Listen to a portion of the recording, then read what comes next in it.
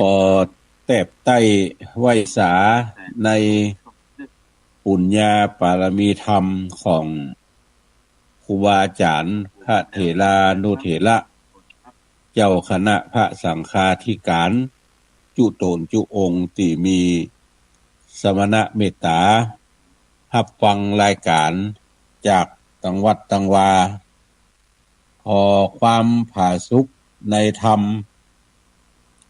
จุ่งมีแก่บรรดาพี่น้องศรัทธาตายกตาญิกาทั้งหลาย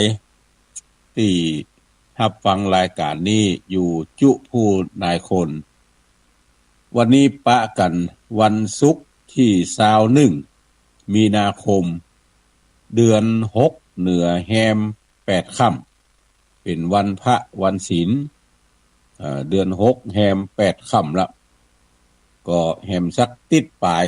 ก็จะหมดเดือนมีนาคมปีเดือนวันมันก็เคลื่อนค่อยไปตามรอบตามเวลาของมันแต่ว่าเฮาหมู่เป็นมนุษย์ทั้งหลายเนี่ยบางเทื่อก็มันดูจะโว้ยวันเวลาบางเทื่อก็มันดูจะจ้าก็เป็นไปตามความรู้สึกของแต่ละท่านที่มีความรู้สึก เกี่ยวกับปีเดือนวันนี้ ว่าจะเอาทำสุจวันนะพญางัวเข่าคำเนี่ยเตดไปแล้ว4ผูกวันนี้จะขึ้นผูกท่วน5ก็เรื่องราวจะเป็นจะใดก็ขอนิมนต์ขอเชิญชวนทุกท่านได้รับฟังไปตามเวลาอันสมควรสืบไปนะโมตัสสะภะคะวะโตอะระหะโตสัมมาสัมพุทธัสสะโกนะโอสุภาลาจาติลำดับธรรมเทศนาผูกทวน4จบลงไปแล้วใสดังแก้วปะทาลำดับมาถึงผูกทวน5จุ้งพากันดักอยู่ท่าฟังไปอย่าได้มีจิตใจไหวหวั่นเซิงอย่าได้ข้างเตอเครื่องสังกาฟังธรรมเทศนาที่เอาเป็นที่สอนใจเมื่องัวจอมใจอุสุพันลาดกล่าวแก่เจือจาดของตนว่าดูลางัวในดงตั้งหมู่ก้อยตั้งใจอยู่ฮืดดีบ่มีภัยเลเยืองร้ายมาเกิดต้องปลายติดปานรอคนสงสารไต่เตามาลอดแต่เจ้าเปิงว่าบีจะเละอันเดียวเจ้าก็มาอู้จาช่วยเจียวกับหมู่งัวต่างหลายส่วนว่างัววิ่งเกี้ยวลาจาก็มีวาจาอ่อนอ้อยกล่าวกำถ้อยจาหวานซึ่งปะนิวานลูกน้องว่าเราเปื้อนป้องตั้งหลายอันตะลายบ่มาต้องอย่าได้เดือดร้อนตกใจภัยยะอันใดบ่มาไกลขออย่าได้สังกาจุ่งปากันเข้ามา อย่าได้จ้า มาเตียวกินยาอย่างสำลานเตอะเปื่อนเจ้าเราเฮยเตสุลับบัวตั้งหลายฟูงนั่นสาบกินน้องจันกันยาก็ปากัดวิ่งไปบ้า หกแล่นปกหางแสนไปมาตามภาษางัวหนุ่มควิดแวดคุ้มเป็นขะจวนเดือดเนืองนันสะเศร้าตัวต้านเต้าตัวด่านดาวพระนาปากันโฮกวิ่งไปมาก็มีจะเละนาตะมัดทางปะกาเศนโตสัทธาอาหะสัพปัญญูโตนั่งเกลาพระเชื่องเจ้าเตสนาวาโสอาคตังสุมากะโบอะดังคะปะลิปุตโตทุละพันธังอโนทารุวะลังกัมมะวะลังกัตตะวาตีภิกขเวดุกัลลาภิกขุทั้งหลายอันปากันมานั่งปามานั่งหยาดยายเป็นทอยบ่ได้นาโคดกาค้อยตันตัดตันหาปูดขาดเป็นเจื้อจ้าขี่นาเมื่อกันยานางน้องจันไปที่หันสานากินมนุษย์สาก็ติดสาบสลาไปตัวตรงนางัวนานาหมุนนั่นบังเกิดอันหกอื่นปกห่างยืนหกแลนก็มีวาจาหกแสนคิดจนปอเป็นพงคุมไม่ตามแหล่งไล่เท่าวันเครือเขาคำและตนยางัวตัวกาก็คิดโจร เป็นโกลาโหนความเขือกสนั่นเยือกไปมาเมื่อนัดนาพระอาญางัวตัวเป็นใหญ่มีชื่อใดอุสุภาราชาก็มีวาจาโน้มเล้าซึ่งงัวหนุ่มเทาตั้งหลายว่าต้านอย่าได้พายสิหันนาดอย่าได้ออกปากอุดอวดอย่าได้อวดตัวเก่งกาตนไม่นาสูงเหลือเมื่อตนเหนือก็ยังต่ำจะเพียบพร่ำอุปมาอย่าโกธาเกียรติกาปายนาจักหูหันจะเละนาส่วนว่างัวตั้งหลายฟังบรรยายงัวใจฟังแล้วไฟกลัวคามปกหัวหางดึงอยู่ก็มีวันนั้นแลเตสุรติญาในเมื่อคืนนั้นนาแจงแล้วงัวผู้แก้วมิ่งลาจามีพระญาอันฉลาดว่ากินมนุษย์สัจจาสาบมีกวนกูพิจารณาดีทวนพอคือหันหม้อแต่ตัวเดียวกูเตอะว่าอันแล้วก็ยิ่งกล่าวแก่งัวตั้งหลาย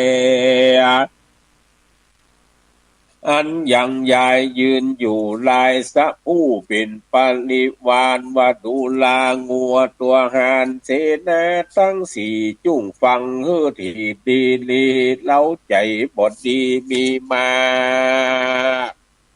กึดยากแต่ไปมาเจ็บแข้งเจ็บขาเน็ดเลยคอก็เมื่อยเอ็นก็มันยานเดินเดี่ยวต่างก็หานนะ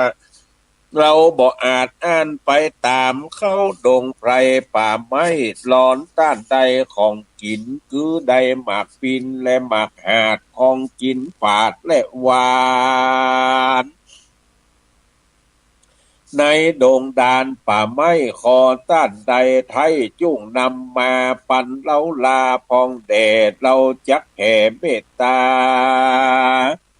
อยู่ฐานะที่นีทานานบทจ้าตาวันแรงว่าอันเมื่อนั้นงัวฝูงอันเป็นปฏิวานก็สาธุการก้มเก่ารับ เอากำเจ้าแห่งโตนว่าสาธุดีลีว่าอันแล้วเขาก็เข้าไปสู่ป่าเสาะสอดล่าหากิน ตามดอยดินเหนือนาหินเฮญาอ่อนแก่สร้างบงตามในดงป่าไม้ตามแต่ที่ใดเคยไปก็มีหันแหละนาส่วนว่างัวตั้งหลายอดเอานึกถึงกำเจ้าแห่งโตนก็เอาผลไม้และโดยไม่หาตามหาได้มีมาพ่องก็เอาอำปาหมากม่วงหมากมืนพ่องก็มาได้หมากตองตื่นบ่เฟืองบ่ไฟหมากปีนสุกเหลือลายมาฮือเจ้าพญางัวนั่นเล่าก็มีจ๊ะและนาในเมื่องัวตั้งหลายปากันยังย้ายออกไปเสาะซอกหากินดังอันส่วนอุสุพลาดนั่นราชาก็มีใจนัวนะผ่องเพวเล็งดูตีนนะเขาเกี่ยวไปมาบ่หันกับตาสักสิ่งเดียวจิ้งเงนขึ้นไปบนก็หันลูกโตนผู้พาเสดิงามล่ำเลิศหัวคนตั้งหลายพญางัวก็พันพายตาพอว่าโอ้ยน้องงามเต้นนักหนาร้อยว่าเป็นเทวดาอยู่ด้วยแก้วหรือว่านางกินนาลีเอวเลี้ยวลงมาลอยเป็นนาการนาคน้ำไอส่วนจันบาดาลสั่งมาดูงามล้ำเลิศลอยวัดเทวดาเกิดทะแหลงมาอันเจริญในเมื่อพญางัวขะดิ่งใจดังอันยามนั้นเทวดาก็มันเนลมิดขั้นใดเกี่ยวกายนางตนไม่แล้วบัดเดียวคือนางตาเขียวน้องไทยลงจากปลายไม้เตียวลงมาก็มีหันแหละนาอัฐสารในการนั่นใจนางนาไทยอุมมาอยู่ปลายลูกขายอดไม้เล็งพอใดหันงัวขะนิ่งใจตัวจะใจว่างัวตัวนี้ใส่ดูงามลอยแม่นป้อกูนางเตียงแต้บ่สงสัยส่วนว่านางนงไวมีพระญาอันมากจบฉลาดด้วยปัญญากำเอาลาจาเข้าตอกพร้อมตั้งดวงดอกอันงามแล้วอธิษฐานขาบไว้ขอเทพไทยเป็นพระญาณงัวตัวงามนี้หนอพิเป็นป้อแห่งกูนางขอดอกไม้งามและดวงดอกอย่าตกลงออกจากเขาขอเฮือเหมือนเอามัดติดหันฮือตั้งมันอยู่เนื้อเขาแด่เตอะกันวัดนางอธิษฐานสันนั่นเดียวนางน้องเกียวก็กำเข้าตอกดอกไม้พระพายกว้างใส่นอกและปลายเขาเข้าตอกนางนงเหล่านาดน้อยก็ติดน่องหอยปลายเขาแม่นดอกไม้เหล่านึ่งดอกก็บ่สะเด็นออกไปในนางนงไวก็มีใจจมจืดมีหัวใจตื่นโดยปิญาส่วนงัวตัวนั่นนาพาเสดงามล่ำเลิศเหล่างามจิ้งถามซึ่งหนุ่มน้อยนาจื่นจ้อยผิวใสว่าเหตุสันใดนี่เล่านางหนุ่มเนาสมสายเป็นยิงได้แหล่งลากาลูกจากฟ้าลงมากาว่าเป็นนากาเอวเอือเอาจะเชื่อเป็นคนกาว่าเป็นผีดงอยู่ป่าไม้มักเสาะไส้หลอกกินกาว่าเป็นยักษ์เหาะบินเดินลาวกาว่าเป็นเชื้อป่ามา ถ้าแรงตัวนี่จาส่วนอุ้มมาตันตีได้ยินกำดีแห่งปอตานถอยล่อจาถามตัวนางนงคานนาไทยก็กราบไว้จากใครว่าข้าบ่ใจไผต่างดาวบ่เป็นลูกดาวลาจาบ่ใจนากาไตต่ำคุดนาคน้ำและไอสวนบ่ใจลูกองค์อวนติดประหลาดบ่ใจเจื้อจาดอาจกินนันดีข้าเป็นคนดีลูกป้อเป็นลูกนางน้อยหนอเขมาแม่มาตาแห่งข้าบอกต่อหน้าเจียนจาว่าปิตาพ่อเจ้าแม่จักเล่าตามมีแม่ไปอาบนาตีน้ำใหญ่แม่ไปปะใส่หมากมอนจริงอันงัวเขากินค่ายคายขว้างไหลตามวางหน้าตีแม่ยินดีสลาบต้องก็หากมีคันขอป้อติดตาคิดตันพันหันพ่ออาเมืองลาจะกะหะนั่นหนอที่พ่อเจ้าเคยไปแม่จอมใจเล่าเก้าพ่อเป็นเจ้าจุงดาฟังแดดว่าอันเมื่อนั้นพญางัวกับลังเมามัวจะใจรับนางนาไทยเป็นลูกโตนยิ่งถามนางเล่าลมนั้นเล่าว่าดูลานางหนุ่มเนาบุตตาเหตุใดจากล่าวจี้ว่ากูนี่เป็นป้อมึงนางจุ้งไข่การแต่เก้าเฮอเราแก่เท่าได้ฟังตลาดเมื่อนั้นนางอุมมาตันตีก็ใครบอกเราตั้งแต่เก้าเทิงป่ายนางเล่ามายายตันต่อเฮอแก่ป้อพญางัวว่าอะติเตกาเลในกาละเมื่อก่อนงัวขาวผ่อนเปิงเป่างัวเขายาวอุสุพลาตัวองค์อาจเลื่อเลืองไปสู่เมืองลาจะกะหะนกรเตียวไปตามดอนทรายและหาดห้วยริมนาไปเทิงส่วนเบคางัวแก่กาเตียวทีเตียวดินก็หันหมากมอนจิงเฮียอยู่งัวก็สอบสู่เอามากินหมากมอนจริงลูกนั่นก็ลุดจากปากอันงัวไป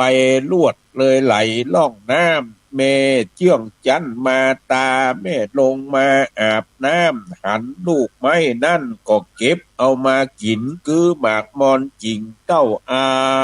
นตั้งแต่นั้นก็ลวดมีคันผัญญางัวได้ฟังดังอันก็รีบด่วนดันเร็วไวดีใจไปยิ่งล่ำได้หันลูกจันแห่งโตนก็มีแลภิกขเวดูกลาภิกขุตั้งหลายส่วนว่าองค์นายผู้พาเสริฐล่ำเลิศด้วยปัญญาหันปิตาไอยาปอแห่งโตนเดียวนางหนอเกียวก็จะถามว่าป้ออยู่ตรงดานป่าไม้บ่จิบปุ๋ยไข่สันไตสัตว์ดงไผในป่าบ่มาล่าลาวีปะนิวานมีมวลหมู่พร้อมนาอยู่สบายดีอันจะลือเมื่อนั่นพญางัวโตนป้อกล่าวถอยต่อพุทธีว่าป้ออยู่ดีลูกไทยบ่เจ็บป่วยเมื่อยไข้อันใดอยู่สุขใจในเถื่อนทองพร้อมโดยลูกน้องปริวารส่วนแม่แห่งนางอยู่บ้านก็ยังแต่งสร้างการสังบ่เจ็บหลังและปวดต้องภัยเนี่ยบ่ต้องสันใดจะเลยเมื่อนั้นนางนงคานนาดน้อยจะตอบถ้อยกำงามว่าข้าแด่พ่อเป็นเจ้าแม่ออกเจ้ามาดาหาโลกาบ่ใดบ่เจ็บเมื่อยใครเป็นวัดเป็นไอเปียที่อันใดก็บ่มาไกล แม่ออกไทยอยู่ด้วยดีและป่อเฮยนางอุมาตันตีมีพัญญาดีคิดใดก็แต่งขันดอกไม้มาลาขอขมาป่อไทยนามชื่อใดพญางัวเพราะนางกลัวเป็นบาปกรรมอันหยาบโตซาเกิดด้วยวาจาปากกากระตำต่อหน้าตันตาโดยจินดาบ่ออกปากกลัวเป็นบาปซ้อนกรรมสัปปะโตสังกาหยาบกาตั้งต่อหน้าเล่นลับหลังสัปปะโตสั่งอันใดก็แล้วขอป่อแก้วจุ้งขุนนาเราขมาแดดลาเมื่อนั้นปัญญางัวตัวกาอันอยู่ป่าไพโซน ได้ยินลูกตนขอขมาดังอันงัวตัวนั่นก็เกิดผ่านนีลักบุตรีลูกไทยก็รับโตดไว้จุผักการขอฮื้อดงคารลูกไทยจุ่งเป็นที่ไวที่ปูจาแก่เทวดาจุเมื่อฮื้อเจ้าได้เชื่อยังบุญ เป็นกุลอันใหญ่ลูกใดสุขบานสำล้านอย่าขาดอย่ามีพยาธิโลกามีเจ็บหัวมัวตาปวดต้องเปียที่ต้องการยาสัปปะโลกาจุสิ่งก็มวยมิ่งไกกาแดเตอว่าอันแล้วส่วนนางหนอแก้วอุมมาก็ตุนสาขับไว้นบมาบาดไทยที่ไกปาตาแล้วก็ตักน้ำมาสวยล่างตามไฟอ่างของตัวล้างตีนงัวอุสุพลาโมตสะอาดดีงามก็ลวดเพียวน้ำและอยากเหงื่อใบไม้เหี้ยก็เพียวเสีย ตั้งใต้เหนือตกออกตั้งข้างขอกปลายนอกและหน้าต่ำกลางผิวงามบ่จ้านางหนุ่มหน้านาลีกะตำดีบ่ข้านบ่จมสามกำใดก็มีแลเมื่อนั้นพญางัวก็คนิ่งใจว่าลูกกูนี่ก็เป็นคน พิงัวดุจนมาดังอันกวนลูกจันยิงเราขึ้นบนป่ายเขาปูนก่อนลูกน้อยอ่อนนงไวปูนจากภัยอันหยาบน้องนาดลี่เป็นข้าวเป็นคราก่อนเตอะว่าอันแล้วงัวผู้มิ่งแก้วพญากล่าวซึ่งบุตรตารู้ว่าเจ้ากินกูใส่ใจเจ้าจุ่งไปลอดอยู่ยังยอดดอยหินที่ดอยดินวิเศษอันเตเวทปงปันนั่นก่อนเตอะพิว่านาลีลูกป้อลูกน้อยหนอผู้ดีอยู่ดงลีที่นี้หลอนงัวผู้ปีมาหันเป็นงัวงู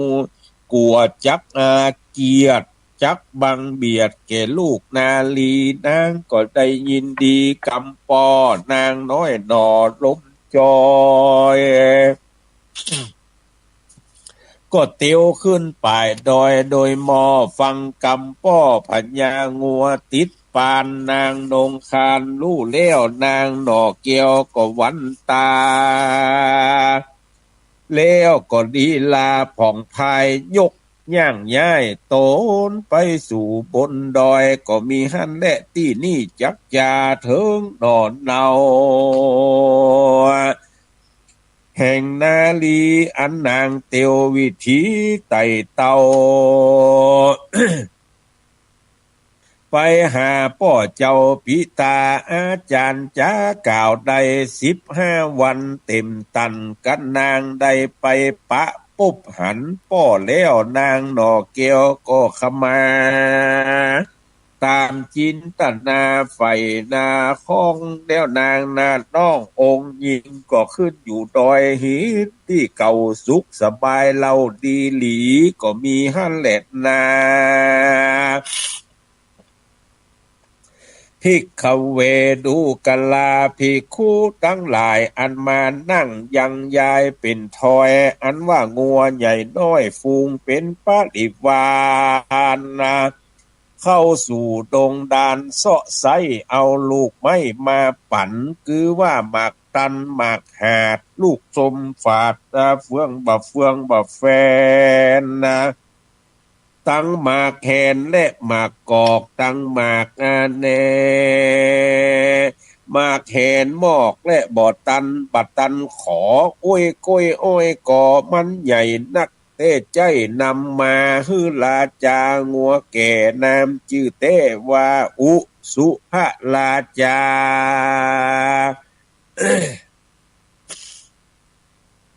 แล้วก็ถามไปมาที่ไกลว่าเจ้านาไทยเจ็บขาเจ็บปาตาและแข่งเกิดผิดแบ่งโลกาเดี๋ยวนี้นาผัญญาตยังก้อยกาดหายดีจะลือเมื่อนั่นผัญญางัวตัวองค์อาจได้ยินกำปากเจียนจาซึ่งปะลิวาลาดังอันงัวตัวนั่นก็จะไขว่าเดี๋ยวนี้สบายใจสนอยเปียที่ก็ก้อยหายไปกำสุขใจก็มีพองก็เหมือนแต่ก่อนวันนี้นาก็มาก็เบามานึ่งน้อยหากยักก้อยหายไปจะเล็ดนา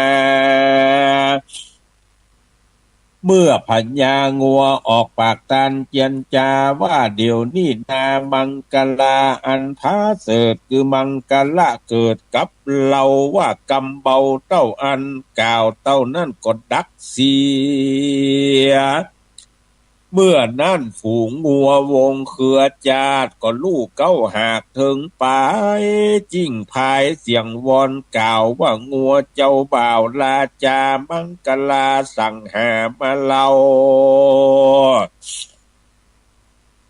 เกิดกับเจ้าจอมใจจานั่นจาส่วนอุสุภลาจาได้ยินกำจาออกปากอันงัวโอกาสจาถามว่ามังกละอันงามนั่นใส่บ่ใจได้อันใด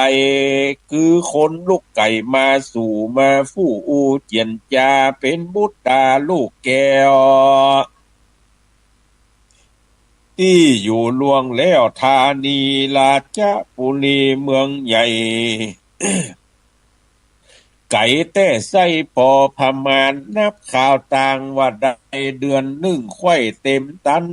15 วันปลายเผื่อก็เพื่อบ่ลืมกุลไข่อุดหนุนเราผู้เป็นปอนางน้อยหนอก็จิ้งเตียวมาเมื่อนั้นนางัวตั้งหลายยังยายยืนเป็นตาถามว่านางหนุ่มนามีไหนไข่หันนางดงใบลูกเจ้าเป็นคนเท่ากะว่าปานกลางเป็นคนงามกะว่าคนไพรเป็นผู้ใหญ่กุลกองกะว่าเป็นเจ้าจองลูกเจ้าบานกะว่าเป็นลูกจ้างขอตานนั่นจา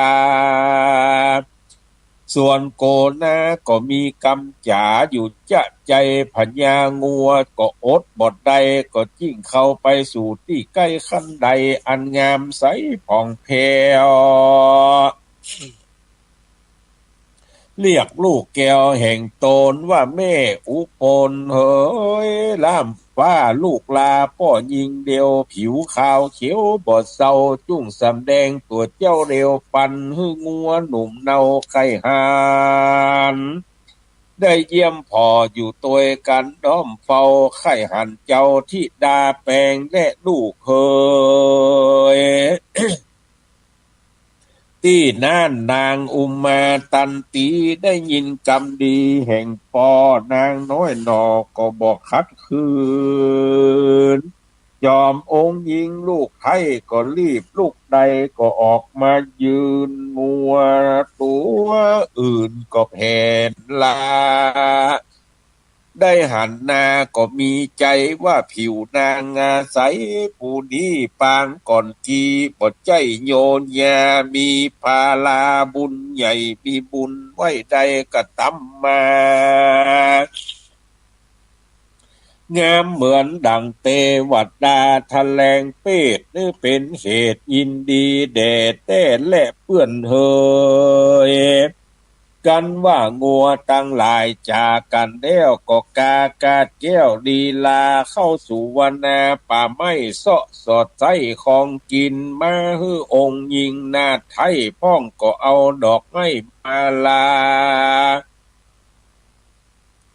พ้องก็เอาอำปาหมากม่วงพ้องก็คุห่วงเฮงงามตาคุดอยตีนดอยฟ้าฮือหมดยังที่เพี้ยนเลื่อนเปียงงามลูกไม้หวานก็เอามาตอนนางนาดน้องตันตีก็มีวันนั้นแหละนาตะมาทางปากาเส้นโตพระสัพพัญญูโตนผ่านเผาโตนเป็นเจ้าโลกาจารย์นิทานใดไปแจงพระจิ้งแสงเตสนาวาโสอุสุภะอุปติภลาลูกขาดังนี้เป็นโตนละภิกขเวดุกลาภิกขุทั้งหลายอันเป็นสายอริยญาติใจบดเศร้ามัวเมาในเมื่องัวได้หันเลี้ยวใจผ่องเพลียวปิญาก็เอากันนำมาจะใจยังลูกไม่อำปามีละซาหอมหื่นคือว่าหมากต้องตื่นและหมากกาซอหมากสะบอและหมากกอกหมากแหนหมากแหนหมอกนมงัวกินหวานนัวจื่นจ้อยฮื้อนางนาดน้อยนาลีก็มีหะแหลดนาอัปปะละภาเกไปปลายนาแต่นั่นเจ้าน้องจันนงไวเมื่องัวไปสู่ป่าไปสอดล่าหากินตามอากินไปอ่างนางอยู่สร้างปลายหลังก็ก้อยระวังใจใส่เด็กน้อยใหญ่และใบตอง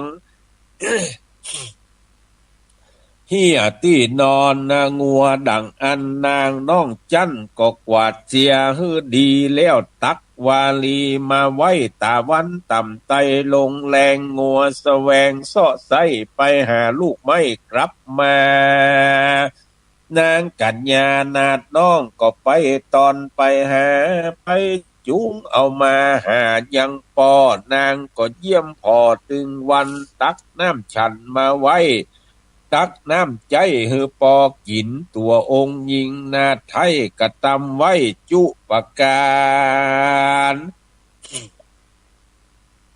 แล้วก็ยอมือสารขาบไว้เอาขันดอกไม้ขาบวันตาไว้ปูจายังโตนป้อไว้บนดอยิงเรายังปลายเขาบนยอดยังเศร้าจอดเอาแรงก็มีแลนาภิกขเวดุกลาภิกขุทั้งหลายอันตะลงสินใสบ่เศร้าจักเล่าเก้าเจียนจาส่วนว่างัวพญาตั้งสี่กันพอทวนที่โลกกาเรียบไปมาจุแห่งตามปิ้มแป้งมีมาทัศนาหมู่บ้านไผขี้ข้านกระตำบุญไผกระตำกุลเพื่อแผ่ไผมีใจเชื่อแลโดยศรัทธาไผปาลาบ่อนยานทับหมู่บ้านผ่อนไปมาวันนั้นนาเป็นเดือนห้าเป่งใสเป่งปอยที่คูเทนเนนบ่อนน้อยมี100เต็มตันจุ่มนุมกันเดียวดังอันถามที่สั้นปัญหาว่าเอโกลูกค้า ยังมีไม้ต้นหนึ่งนาสูงใหญ่มีกิ่งตั้งใบสาขาจะตุสาตั้งสีดานดอกบ่เหี่ยวม่านมีมามีนักนาเนื้อแหล่หน่วยมันแต่ก็บ่ลายหมู่นั่งยายไก่ไก่ว่าจักว่าได้อันใดเอาจนใจกึดยากเขาก็มากึดยากจักทิ้งออกปากเจียนจ้าว่าปัญหานี่ยากใบแก่บ่ได้จนใจก็มีหันแหละนา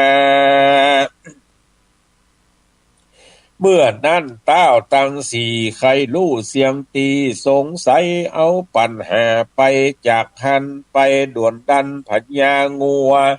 ว่าข้าแด่ผัญญาตัวพาเสดปัญหาเกิดมีมาบ่มีผู้ใดนาแกใดงืดได้ใส่นักนาขออุสุภราชาตัวผาเสดฮือบังเกิดเป็นไปขอปอไขก่าวแก่ฮือลู่แต้หายสังกาดังปัญหาที่กล่าวไว้เมื่อนั้นพญางัวตัวผ่านแพวได้ยินแล้วซึ่งปัญหาล่ำเปิงไปมาทวนทีว่าเต้าตั้งสีลองใจงัวข่าวใส่ตัวใหญ่ใครบอกคือตามการว่าตนไม้งามและใหญ่คือหากได้เข่าสิเนโลจะทุโทสีกิ่งคือได้เสาเล่มยิ่งสี่อันดอกแห่งมันนั้นมีมาคือดวงดาวหากเป็นตลาหน่วยสองนั่นนาคือจันตาแสงอ่อนและอาทิตย์ผ่อนบ่อาทิตย์บ่ผ่อนรัศมีจักดูดีบ่ได้ผิวแดดไม่ไฟลนส่องเมืองคนลุ่มฟ้าคือโลกลาตาวันนั้นแและเต้าสี่ตนได้ฟังดังอันใครรู้จันตีแจงแก่จินตนาก็คือเครื่องปูจามีกองตัวเตต้องหิมปานเมื่อนั่นเวสสุวรรณเต้าเงาโตนเป็นเจ้าแก่ยักษ์ขาผู้ข้าได้ปัญหาอันหนึ่งใส่ยากแต่ใจนักนาเอโกสกุนายังมีนกตัวหนึ่งมีรูปร่างอันสูงใหญ่มีตีนได้สี่อันหัวของมันมีสามแห่งพิษปิมแป้งมีมาปัญหานี่นาไผบ่อาจแก้หู้ทีแจ้แก่หู้ทีแต้แก่ใจตัวขอผัญญางัวจุ้งไข่แซงลู่แจงที่ทรงสัตนะฮือลู่แจงตีสงสัยแดดเตอเมื่อนั่นผัญญางัวตัวฉลาดก็มาแก้ยังปัญหาที่สังกากล่าวเป็นกถาว่าจะตุสีมานยังประดังนี้เป็นต้นคาแดบมหาราชเจ้าเต้าเงาตั้งสี่ตนนกและหงตัวใหญ่จัดแต่ใดสีมาจะตุปาตามีสี่อันคือว่าเสาสีมาสี่เล่มมีหัวบ่เว้นสามอันจักไข่ปันบอกไว้คือมาใดหรือดูตั้งสามคือเต่าก่าวตามกำงามบ่ผิดแผกหรือดูแดดหนาวฝนของอันทรงอยู่ไว้คือหากมาใดปัทวีพญางัวดีกล่าวแจงแห่งปัญหาเมื่อนั้นเตวดามวลหมู่พร้อมนาอยู่แสนโตนตึงสี่พระองค์เต้าใหญ่กับต้านไทยเวทสุวรรณเป็นเอกชันจมจื่นยกมือยืนสาธุการพร้อมปฏิวานเจ้าฟ้ากวดแกว่งพาปูจาก็มีหันแหละนาบัดนั้นเวสสุวรรณเต้าเจ้าถามปัญหาอันอื่นเราแถไปแถมว่า ปัญหานี่นาใส่ไผแก้บ่ได้สักคนตามดังตนคาดจำไว้มีดังใดจักมาเป็นกำงามอาณาองค์อาจตามบาทเป้าบาลีว่าทัศสีสาพระวิสีตัวดังนี้เป็นตนคาแด่พัญญางัวตัวงามพาเสดบาลีเกิดมีมาขอลาจางัวเผือกพอเลือกแก้ไขมาตามพระญาแห่งเจ้าก่าวแต่เก้าลอดเทิงไปแด่เตอะตะตาในกาลนั้นฝากส่วนบังงัวตัวองค์อาจอุสุภราชงัวงามได้ยินคำถามดังอันงัวตัวนั่นก็จิ้งจาไขกล่าวกำไปเป่งปอยฮือลู่ที่ถ้อยปัญหาดูลาอุสุภาตัวใหญ่ของนั้นใจสามานตัตะกำงามมากอาจทอยหวานอ่อนอ้อยมวลใจคือสิทธิ์ดวงใสบ่เศร้าสินของเจ้าสามเณรอันจำเป็นได้รักษาไว้เตือตานฟังใดจุ้งจำเอา เมื่อนั่นเต้าโทนองค์อาจนามแต่จาดเวสสุวรรณมาพร้อมกันฟังทวนทีกับเต้าตังสีลาจาเกิดโสมันนะมีมาก็กราบไว้สาธุการแล้วก็เอารางวัลมายื่นคือดอกไม้ตือแหลมมาลาบุพผาดลาจาหอมมากน้อมไว้ขาปูจาตะตาในกาละเมื่อนั่นดังอันยามพรำนั่นเวลาเจ้าพญาทั้งสี่พร้อมทวนที่เวสสุวรรณเลิกลากันจากทันเจ้าตานั่นสั่งอำลาแล้วก็ไกลกาเจียนจากพรากที่นั่นหากหนีไปก็มีแลภิกขเวดูกาลาภิกขุทั้งหลายอันเป็นสายอริยะเจ้าเชื่อโคตรเงาสาวกาตัดตัณหาเพื่อขาดบ่ประมาทต่างทำงัวเข้าคำนั้นใส่มาคิดใดแต่ในใจว่าจอมนงไว้ลูกนี่มาอยู่นี่บนดินนอนบนหินบ่มแยลูกของข้าบ่บังกวนตัวองค์อวนลูกไทยจักเมื่อยไข้เป็นวัดไอเป็นโลกอันใดติดต่อกวนกูปอสร้างแปลงฮือจอมแปลงลูกไทยได้อยู่สร้างนอนดีแดดเตอะกันผัญญางัวล่ำเปิงดังนี้แล้วงัวเผือกแก้วผิวขาวกระตำเสียงยาวสู่ร้องเอายังเปื้อนป้องแห่งโตนมาสู่วงที่ไกลเมื่อนั่นใส่ผัญญางัวก็อุดงัวร้องเปล่าเอินร้องกล่าวแก่งัวตั้งหลายว่าตุลาเปื้อนเจ้าเราตั้งหลายเฮ้ยน้อยใหญ่ลูกเราไต่ติดตามมาถึงดงดานป่าไม้ยังบดใดที่เศร้านอนเรายินอาวรลักลูกหมายจักแปงตูพือบุตรีงัวตัวดีนั้นใส่อู้จะใจบอกขาดสายงัวตั้งหลายตัวน้อยตัวใหญ่ได้ยินใส่บาดถอยพญางัวลางตัวก็กล่าวว่าคาแดดต้านเต้าพญางัวจักแปลงที่อยู่เฮอลูกตัวดังอันจักแปลงโดยไม่นั่นก็บอกวนนาเข้าเนื้อศิลานั่นใส่ถอดออกได้เอาแผงที่อยู่จอมแปลงนาไทยฮือถอดออกไว้ยังเขาแปลงด้วยไม้เป่าและไม้ดูฮือนางอยู่ก็บ่สมควรและต้านเหยพญางัวได้ยินดังอันงัวตัวนั่นลวดสาธุการแล้วก็ถามสืบไปเล่าว่าสู่ด้านเจ้าจักกระตำดังลือจา เมื่ออุสุภลาจักถามดังอันงัวตัวนั้นก็ตอบกำจ๋าว่าการแปลงนี่นาก็บ่เหลือมหาลาจะเจ้าตามต้านเท่าเผาจักแปลงแดดเตอเมื่อนั่นงัวตั้งหลายอันมายายข้างคอกก็ปากันถอดออกยังเขากันว่าถอดออกได้แล้วก็เอาเหือเต้าแก้วพญางัวแดตะมาทังปากาเซนโตพระพุทธเจ้าตนเป็นเก่าติโลกากะถาอันใดยังไปแจงพระก็จิ้งแสงติสนาวาโส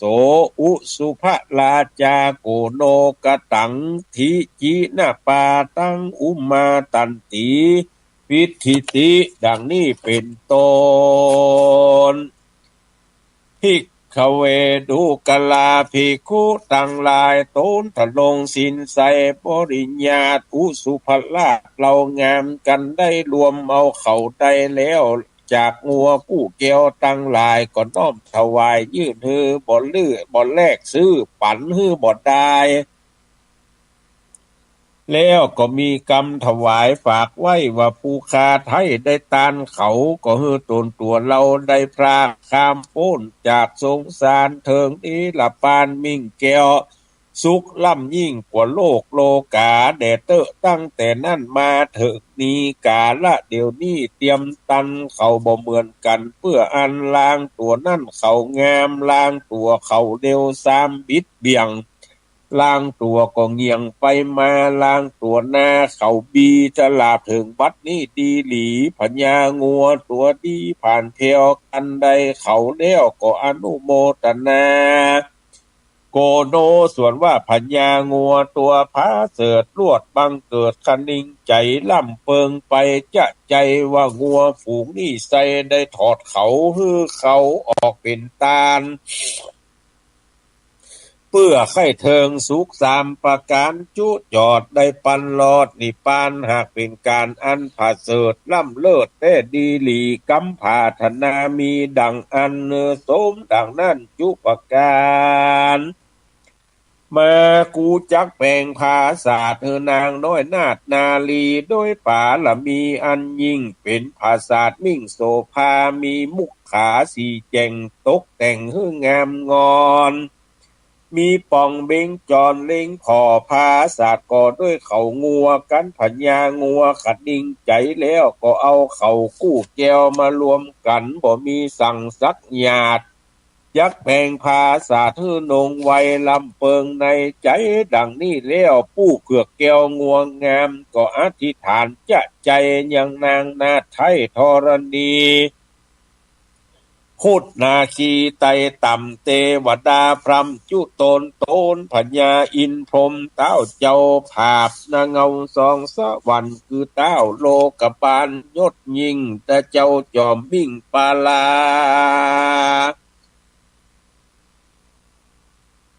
อะหังอันว่าคาป่างไปนาบอกกาไก่จักยังเป็นอรหันตาไตดังอันการแปลงภาษานั่นก็จุงสำเร็จไปด้วยดีพระก็บ่มีมุ้ยก็บ่มีสักดามบ่จ้างแต่งหางสันใดขอเตปะไทยเจ้าฟ้าเนรมิตมีดกาเกิดมีมา หันตันตาแก่คาขออย่าเนิ่นจ้าเดเตอเมื่อนั้นใดบ่นานงัวอธิษฐานจะเจียวงัวบุญเกียวเกิดมาตันพาโคตหันต่อหน้าอันว่ามีดผ้าเจียงจินผุออกจากแผ่นดินบุออกเหล็กได้มอกงามดีคือเหล็กจีและสิวตองเกิดมาพร้อมตั้งมีดมุยฟันได้ลึกงามดีแล้วดังอันส่วนแต่ตั้งแห่งอินตาแต่ก่อนมาก็อ่อนนุ่มมาบ่หอนว่าจักแข่งกระด้างบัดนี้มาสำแดงอันกระด้างบ่ลางว่าจะเกิดมีมาเมืองมนุษย์สาลุ่มใจนึกขึ้นได้พอเต็งดูโคงจุ้มปูโลกไกเล็งพอป่าไม้หิมปาน หันงัวแง้มตัวพาเสิดบังเกิดมักไข่แปลงที่อยู่จอมแปลงนาไทยกวนกูจวยไว้ปลาละมีเพาะงัวตัวดีบดจ้าปางปลายนาบอกไก่กาจักได้เป็นอารักหันตาโตนผาเสิดจักเกิดมีปลายนาเต้ดีหลีพญาอินตาล่ำเปิงดังนี้แล้วโตนผ่านเพวองค์คานก็ตะแหลงเป็นพานผู้เฒ่าปาเข้ามาหาพญางัวยามนั่นจะแลนาภิกขเวดูกัลลาภิกขุตั้งหลายตนมีสินใสบ่เศร้าฟังกรรมเราว่าไปปลายนาตะแลงเป็นพามป่าผู้เดียวพญาอินตาตนเขียวก็มากล่าวนาว่าเฮอท่านเจ้าตั้งหลายป้ากันกับเวทนาเป็นพามไปสู่สำนักแห่งอ้วงงามมาเผือกแก้วกันว่าใดกันว่าเข้ามาแล้วก็เจียนจาตามธรรมดาแต่เก้าว่าดูลางัวเจ้าอยู่ในดงเสือสิงสนต้องคายบดตำไล่หิงสาพาราเด่นลูกไม้ก้อยซอไส้หากยังมีเจริญงัวตัวงามเผือกแก้วได้ยินแล้วกำถามเป็นกำหวานจะจอยลำเปิงถอยแต่ในใจอันว่าพรามผู้นี้ร้อยเป็นเทวดาโตนวิเศษแสงแต่งเพศเป็นคนมาร้อยว่าเป็นอินตาตานไทยกับเพศใดจะแล่พญางัวขนิ่งใจดังอันแล้วพญางัวแก้วก็เจียนจาเป็นคาถาว่าเตวะมหาราชอุตติจะปาสาทะว่าเสสิข้าแด่มหาราชเจ้าตานผู้เท่าเป็นพามอยู่ตรงด้านป่าไม้ข้ากึดใจลำเปิงไปกึดในใจบอกออกปากตานนี่หากเป็นปัญญาอินโตนกินสองสวรรค์นะแต่ใส่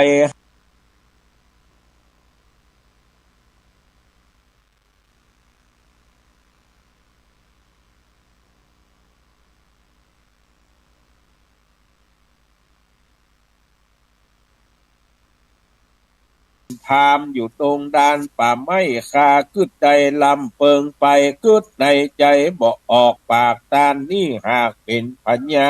อินโตนกินสองสวรรค์นะแต่ใส่คนหาและผูกทวนหกนิธิตังก็บังโกมโสมเลศเสดตั้นพี่น้องศรัทธาพุทธบริษัททั้งหลายวันนี้ได้ฟังพระธรรมเทศนาสุจวรรณะพญางัวเขาคำผูกทวน5แล้วก็ผูกทวน6จบลงไปแล้วเมื่อพญาอินตาแถลงเป็นพราหมณ์มาอู้มาจากับอุสุพราชาตัวก้าอู้จากันไปมาแล้วก็จักได้แปลงภาษาก็จักมีในผูกทวน7ต่อไปปลายหน้าวันนี้อาตมาภาพหันว่าวัดไอมันทุเลาลงไปพอกถึงแม้ว่าเบื้องต้นจะจามไอทำให้เสียอรรถรสการฟังพระธรรมเทศนาไปปอกวนอยู่เมื่อเทศจบผูกทวน1ก็หันว่าเสียงพอจะอยู่ตัวพ่องละเลยเปียผูกทวน2มาเทศต่อกันไปแถมก็ใจเวลาของสถานีมาอยู่53นาทีละก็ถือว่าวันนี้เป็นการเป็นวัดเป็นไอเป็นเมื่อยเป็นไข้ก็ทุเลาลงไปโดยว่าอากาศอาหารเนี่ยท่านทั้งหลายคนจะเป็นพยาธิคนจะบ่สบายเนี่ยก็โดยอากาศกับอาหารการกินอากาศที่เฮาท่านทั้งหลายสูดดมเข้าไปนะ มันทำให้เจ็บไข้ได้ป่วยจะหันได้ว่าเวลาคนป่วยเนี่ยก็จะเกิดจาก2สิ่งนี้อากาศกับอาหารนี่เป็นหลักเพราะว่าคนเฮาทั้งหลายนี่อยู่โดยอากาศกับอาหารนี่ขาด 6-7 วันบ่กินก็ได้น้ำนี่ได้3วัน3วันนี่บ่กินน้ำสักหยดก็ได้อาหารนี่บ่กินสัก7วันก็อยู่ได้อยู่แต่อากาศเนี่ยนาทีเดียวขาดบ่ได้เลยท่านทั้งหลายขาดบ่ได้อากาศนี่นะพอขาดอากาศหายใจแล้วบัดสูบอากาศเข้าไปบ่พ่นอากาศออกมาเนี่ยตายลูกเดียวเพราะนั้นเพิ่นจึงรณรงค์บ่ฮื้อไผเผาขี้หยากขี้เหยื่อก็ช่วยกันเด้อพี่น้องศรัทธาท่านทั้งหลายช่วยกันรณรงค์ช่วยกันงดเผาเพื่ออากาศที่เฮาจะได้ใจต่อไปแถมเอาละวันนี้บ่เปิดสายบัดยังใหญ่สักอย่างเถื่อพอใช้เวลาของสถานีมาครบถ้วนขบวนการพอนำรายการนี้จากท่านทั้งหลายไปก่อนใครจะโทรมาอู้มาจาก็จะเป็นหลังไมค์เด้อบ่ได้ออกอากาศละขอบุญกุศลที่เฮาท่านทั้งหลายได้กระทำมานี้จุงเป็นผลสะท้อนย้อนปกปักรักษาเฮาท่านทั้งหลายให้อยู่ดีมีสุขเหมือนกันจุผู้จุคนจิ้มแดดเตอจัตตาโลธรรมาวัฏันติอายุวันโนสุขังปะลัง